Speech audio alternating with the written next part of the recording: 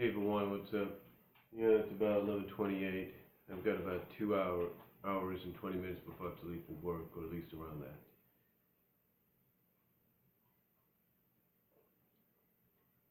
But I thought I'd talk about something here. You know, a lot of people have always been wondering and asking. I'm pretty sure have been wondering this to themselves and asking, um, why do people like me commission others to do stories, or even request them to do stories, or even draw web comics and stuff that they might find weird, or they might find unusual? Well, first of all, let me say this. For those that don't know, and I'm pretty sure a lot of you don't, me and my mom are born again Christians. And we were both baptized, immersed in the water, born again.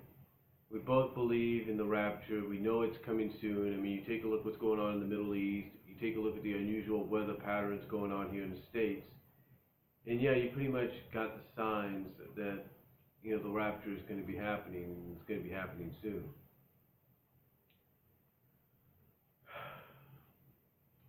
Anyway,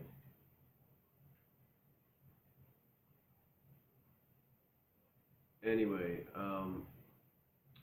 with that in mind, with that in mind, I'm no stranger in writing stories myself.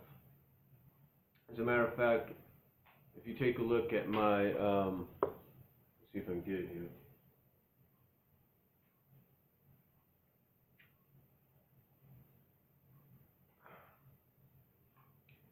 Take a look at my iPod notepad here, if I can pull it up. And yeah, this is, I think, second or third generation.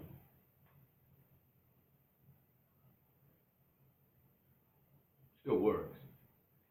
But if you pull up the iPod notepad here, you will see that the third story down there, the third thing on the third thing from the top, is one of the stories I'm working on.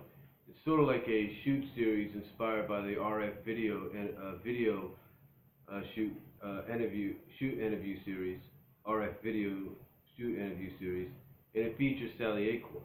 I'm still working on that. Now this story here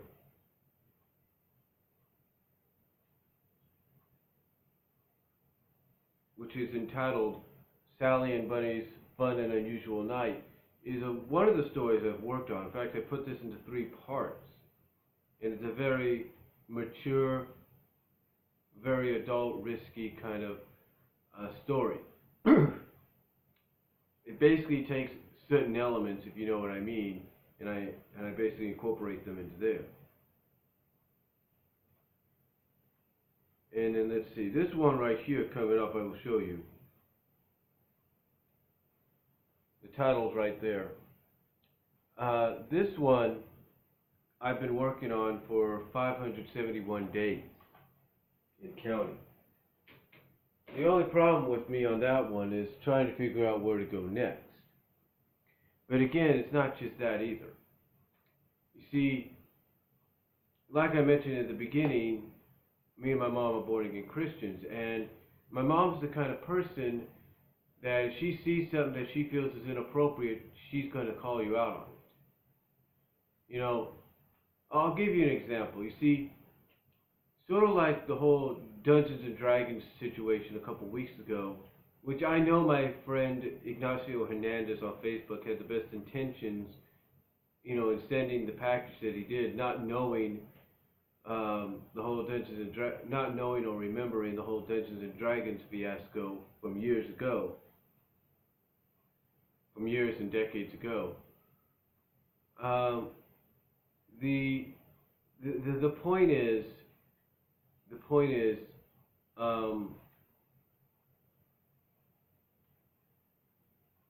this may not be on that level, but if she was to see me writing something or drawing something, I'm not the best drawer, I'll say that, but if I was and she saw me drawing something risky and all that, she'd be asking me, why am I drawing that? Or why am I doing this? Why am I doing that? And, if I was to see me writing something or drawing something risky and all that, she'd be asking me, why am I drawing that? Or why am I doing this? Why am I doing that? And, if I was to see me writing something risky and all that, she'd be asking me, why am I drawing that? Or why am I doing this? Why am I doing that? You see, the one thing about my mom, and with all due respect and love to her, she, and I know she's not the only one, because there's a lot of people that are like this, but she is among many out there that, well, believe it or not, um, is very nosy. Let me put it to you like this. Let me put it to you like this.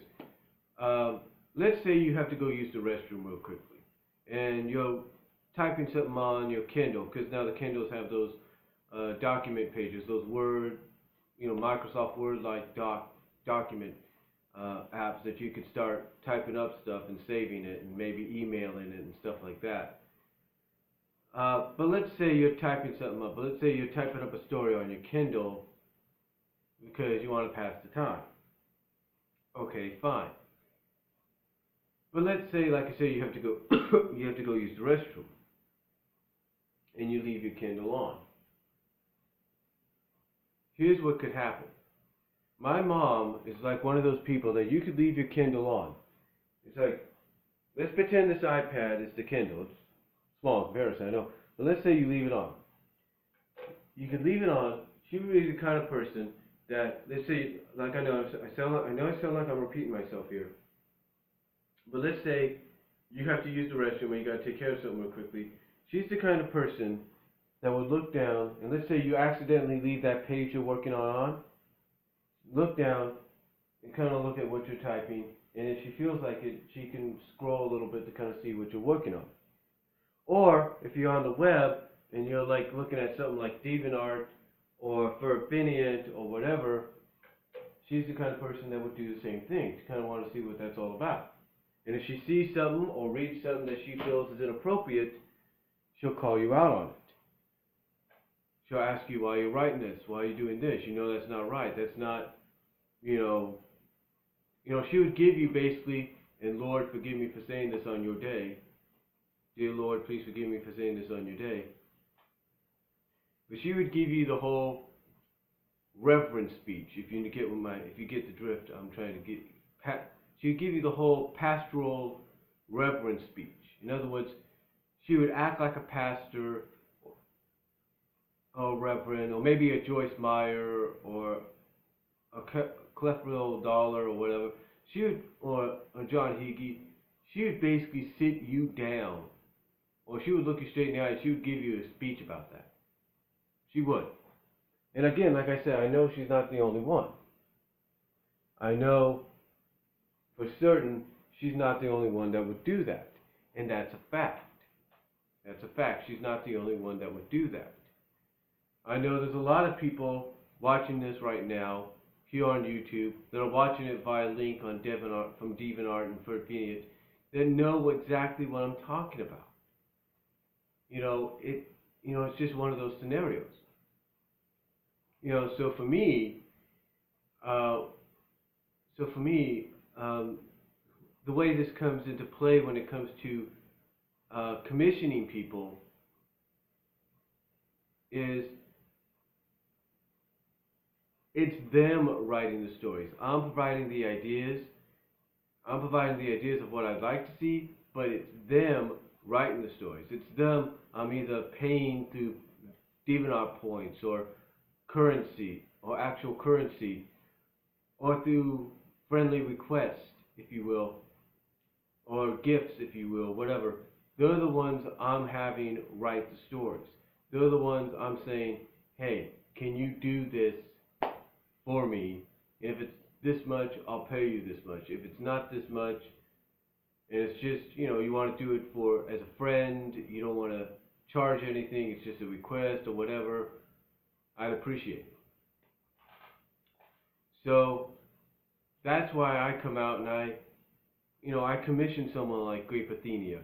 That's why I commission and sometimes request somebody like 93 Mickey. Possibly down the line, Clarence 88, I might do the same thing. Becky the Hedgehog that I did years ago. I did this whole risky, very mature-like story with Sally and Mina from Sonic the Hedgehog, very adult-like. involved melting, involving them.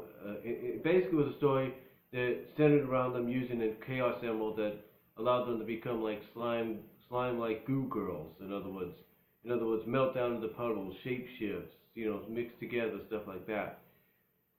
So, I did that story, and I paid, I don't know how much it was, I think 200 or something, maybe back when I lived in Kansas, to have Becky the Hedgehog, that's her name she goes on, uses here on the internet, to have Becky the Hedgehog, Rachel Avery, I believe?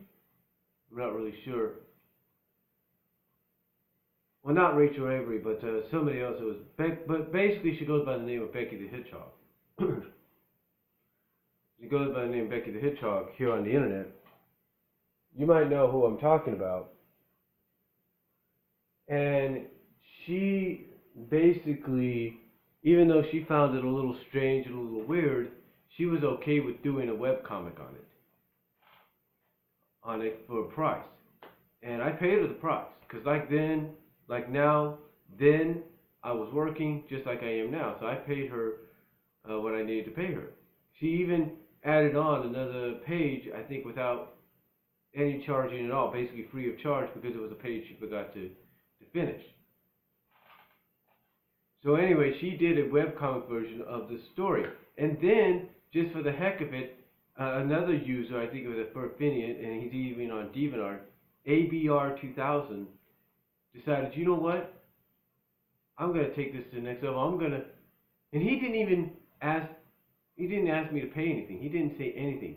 He just said, hey, I like the story, I like the concept, but I believe there could be more to it. And after Becky did her comic book version of what I want, the web comic adaptation of my story, he expanded on it. He took pages from the comic, little panels, inserted them in, so that it looks like an actual, kind of like one of those actual graphic novels, if you will, or junior novels, whatever you want to call it, that when you read it, it's got some pages full of words, but most of the pages also have some pictures in between them.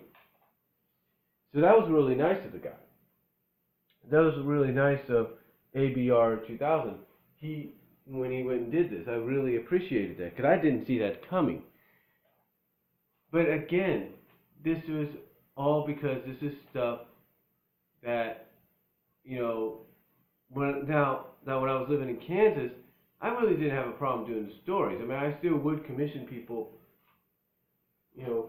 here and there to do stuff. Sometimes if I was busy because of work like I am now, and I would give them the ideas. So I really, so again, like I said, I would go to, this is why I would go to people like them, because sometimes either I don't have time, or in this case, it's not just I don't have time because I'm working, it's also because of the fact that I live with family, and family that could call me out on it. I'll give you a good example. I'll give you a very good example. My family one night, we were living, not living, but we were visiting my second oldest sister in Modesto, and I guess we had one too many or something like that, and my information of the places I was a part of had all was basically online, been exposed, if you will, opened up, so that anybody could access it. So, my family, I guess because, like I said, we had one too much, or one too many that night, or had a few drinks, decides to kind of tease me a little bit, mess with me a little bit, and they look up all my information. They look up me being on Furfinian and all this, and they DeviantArt and all that, and they basically see not just Furfinian, but like So Furry and all these other sites. Echo's Portal, I think, whatever. They look up all these sites that I'm on, like fanfiction.net, stuff like that. They look up all these sites, and they find all the stories that I've done. And by reading all these stories that I've done, they kind of tease me about it, mess with me about it. So what did I do? I basically said, you know what, I'm not going to have that anymore. I got home that night. Let me check my time here. I got home that night, and I said, screw this, and I decided to put everything into members-only mode. In other words, if you're a member like of Devinart or a member of Furfiniot, only you could see it.